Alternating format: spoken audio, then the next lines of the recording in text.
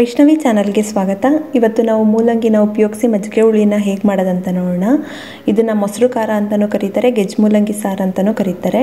ಬೇಕಾಗೋ ಇಂಗ್ರೀಡಿಯೆಂಟ್ಸ್: ಮೂಲಂಗಿ ಎಳೆದು ತೊಗೊಂಡಿದ್ದೀನಿ 1/4 kg, ಮೊಸರು 1/4 ಲೀಟ್ರಷ್ಟು ತೊಗೊಳ್ಳಿ, ಗಟ್ಟಿ ಮೊಸರು, ಸ್ವಲ್ಪ ಹುಳಿಯಾಗಿರೋ ಅಂಥದ್ದೇ ತೊಗೊಳ್ಳಿ, ಅರಿಶಿನ 1/4 ಚಮಚ, ಒಗ್ಗರಣೆಗೆ ಸಾಸಿವೆ 1 ಟೀ ಸ್ಪೂನ್, ಕರಿಬೇವು ಸ್ವಲ್ಪ, 1 ಈರುಳ್ಳಿನ ಮೀಡಿಯಮ್ ಸೈಜ್ದು ಈ ರೀತಿ ಉದ್ದಕ್ಕೆ ಕಟ್ ಮಾಡಿಟ್ಕೊಳ್ಳಿ.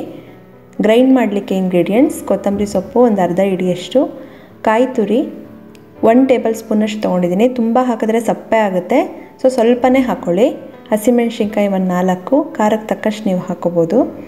1 ಟೀ ಸ್ಪೂನಷ್ಟು ಹುರ್ಗಡ್ಲೆ, ಪುಟಾಣಿ ಅಂತಲೂ ಕರೀತಾರೆ, 2 ಟೀ ಸ್ಪೂನಷ್ಟು ಜೀರಿಗೆ, 1/2 ಟೀ ಸ್ಪೂನಷ್ಟು ಕಾಳುಮೆಣಸು, 1 ಮೀಡಿಯಮ್ ಸೈಜ್ದು ಬೆಳ್ಳುಳ್ಳಿ ತೊಗೊಂಡಿದ್ದೀನಿ, 20 ಎಸಳಷ್ಟಿದೆ, ಈರುಳ್ಳಿ ಸಣ್ಣದು 1, ರುಚಿಗೆ ತಕ್ಕಷ್ಟು ಉಪ್ಪು, ಒಗ್ಗರಣೆಗೆ ಎಣ್ಣೆ 1 ಟೇಬಲ್ ಸ್ಪೂನಷ್ಟು. ಈಗ ಹೇಗೆ ಮಾಡೋದಂತ ನೋಡೋಣ.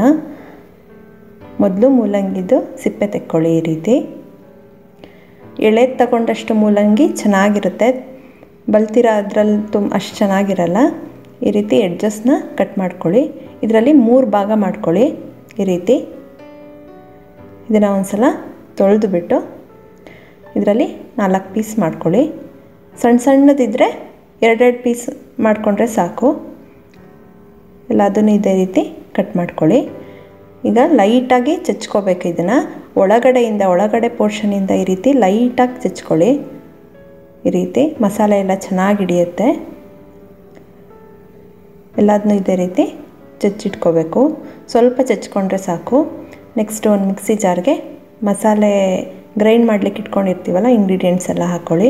ಕಾಯಿ ತುರಿ, ಈರುಳ್ಳಿ, ಹಸಿಮೆಣ್ಸಿನ್ಕಾಯಿ, ಬೆಳ್ಳುಳ್ಳಿ, ಮೆಣಸು, ಜೀರಿಗೆ, ಕಡಲೆ ಮತ್ತು ಕೊತ್ತಂಬರಿ ಸೊಪ್ಪು ಎಲ್ಲ ಹಾಕಿ ಸ್ವಲ್ಪ ನೀರು ಹಾಕ್ಕೊಂಡು ಸಣ್ಣಗೆ ರುಬ್ಕೋಬೇಕು. ಈ ರೀತಿ ಪೇಸ್ಟ್ ಥರ ಆಗಿರಬೇಕು. ನೆಕ್ಸ್ಟ್ ಒಂದು ಪ್ಯಾನ್ನ ಬಿಸಿ ಮಾಡಿ ಅದಕ್ಕೆ 1 ಟೇಬಲ್ ಸ್ಪೂನಷ್ಟು ಎಣ್ಣೆ ಹಾಕಿ ಬಿಸಿ ಮಾಡಿ ಸಾಸಿವೆ, ಕರಿಬೇವು ಮತ್ತು ಈರುಳ್ಳಿ ಹಾಕ್ಕೊಳ್ಳಿ. ಸ್ವಲ್ಪ ಒಂದು 15 ಸೆಕೆಂಡಷ್ಟು ಹುರ್ಕೊಂಡ್ರೆ ಸಾಕು. ಇದ್ರ ಜೊತೆಗೇ ಮೂಲಂಗಿ ಹಾಕ್ಕೊಳ್ಳಿ. ಮೂಲಂಗಿ ಜೊತೆನೇ ಈರುಳ್ಳಿ ಬೇಯುತ್ತೆ. ಇದಕ್ಕೆ ಚೂರು ಅರಿಶಿನ ಹಾಕ್ಕೊಂಡು ಹುರ್ಕೋಬೇಕು. ಒಂದು 5 ನಿಮಿಷನಾರು ಲೋ ಫ್ಲೇಮ್ನಲ್ಲಿ ಹುರ್ಕೊಳ್ಳಿ. ಒಂದು ಅರ್ಧದಷ್ಟು ಮೂಲಂಗಿ ಬೇಯಬೇಕು.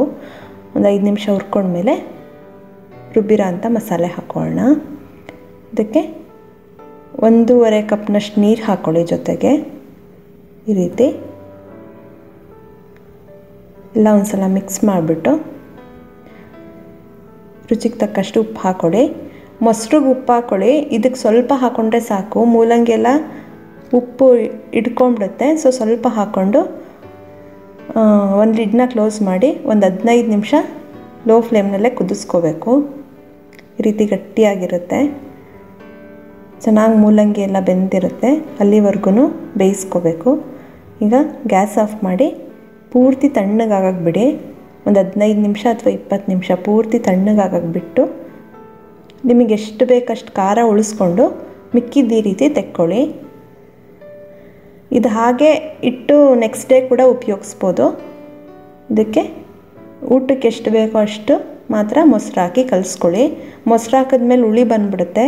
ಸೊ ನಿಮಗೆ ಎಷ್ಟು ಖಾರ ಬೇಕೋ ಅಷ್ಟಕ್ಕೆ ಮಾತ್ರ ಮೊಸರು ಹಾಕ್ಕೊಂಡು ಉಪಯೋಗಿಸ್ಕೋಬೋದು.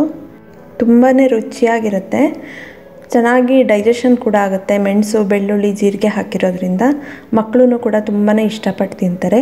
ನೀವು ನಿಮ್ಮ ಮನೆಯಲ್ಲಿ ಮೊಸರುಳಿನ ಮಾಡಿ ನಿಮ್ಮ ಅನಿಸಿಕೆ ಅಭಿಪ್ರಾಯನ ನಮಗೆ ತಿಳಿಸಿ. ಮತ್ತಷ್ಟು ಈಸಿ ರೆಸಿಪೀಸ್ಗಾಗಿ ವೈಷ್ಣವಿ ಚಾನಲ್ಗೆ ಸಬ್ಸ್ಕ್ರೈಬ್ ಆಗೋದು ಮರಿಬೇಡಿ. ಈ ವಿಡಿಯೋ ನಿಮ್ಗೆ ಇಷ್ಟ ಆದರೆ ಲೈಕ್ ಮಾಡಿ, ಶೇರ್ ಮಾಡಿ. Thank you.